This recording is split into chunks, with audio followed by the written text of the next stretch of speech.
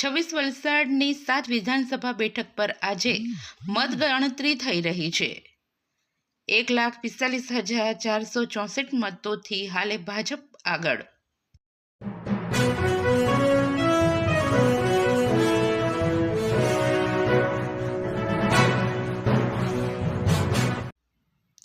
લોકસભા સામાન્ય ચૂંટણી 2024 અંતર્ગત 26 વલસાડ બેઠક ઉપર આજ રોજ મતગણતરી કરવામાં આવી રહી છે।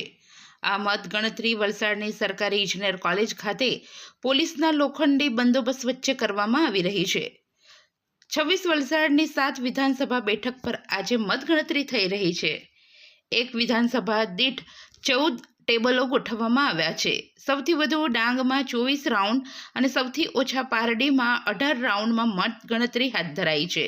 એક ટેબલ પર કાઉન્ટિંગ સુપરવાઇઝર, મદદનીશ સુપરવાઇઝર અને માઇક્રો ઓબ્ઝર્વર મતગણતરી કરી રહ્યા છે। આજ રોજ 11:30 વાગ્યા દરમિયાન ભાજપના ઉમેદવાર ધવલભાઈ પટેલને 4,92,985 જેટલા મતો મળ્યા છે, જ્યારે ઇન્ડિયા ગઠબંધનના ઉમેદવાર અનંતભાઈ પટેલને 3,47,521 જેટલા મતો મળ્યા છે। હાલ ભાજપ આગળ છે।